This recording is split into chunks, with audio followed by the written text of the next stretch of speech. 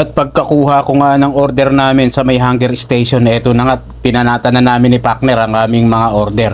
Ang hirap dito sa amin pagka madaming order na sabay-sabay, lalo na't puro noodles at pokball, ay medyo matagal. Hindi lang pala medyo matagal, matagal talaga dahil nga ang gamit namin na lutuan ay puro di kuryente. At kahit di kuryente naman ang gamit namin ay hindi naman kami nade-delay pag andyan ay pipick up ng aming mga order. Kaya naman inuna ko na ang pokball at si partner naman ang nagluluto ng mga noodles. Eto nga't binanatan ko na agad ang aming katsukari. At minikos-mikos lang natin yan mga pre. After nyan ay okay na yan. At ito naman si partner ay nagluluto ng noodles at habang ako naman ay nagpe-prepare ng aming pang pokball na salmon. Kaya naman ito't pinagtulungan na namin dalawa ni partner ang noodles para matapos na agad ang aming mga order. At dahil meron pa nga itong second batch na lutuan. At habang ako naman ay nagpe-prepare ng niluluto ko na salmon dito sa may bandang gilid. At ito naman at biniling ko na ang side B ng salmon. At after ngang maweldan yan ay naglagay na ako ng cucumber at avocado sa ating salmon.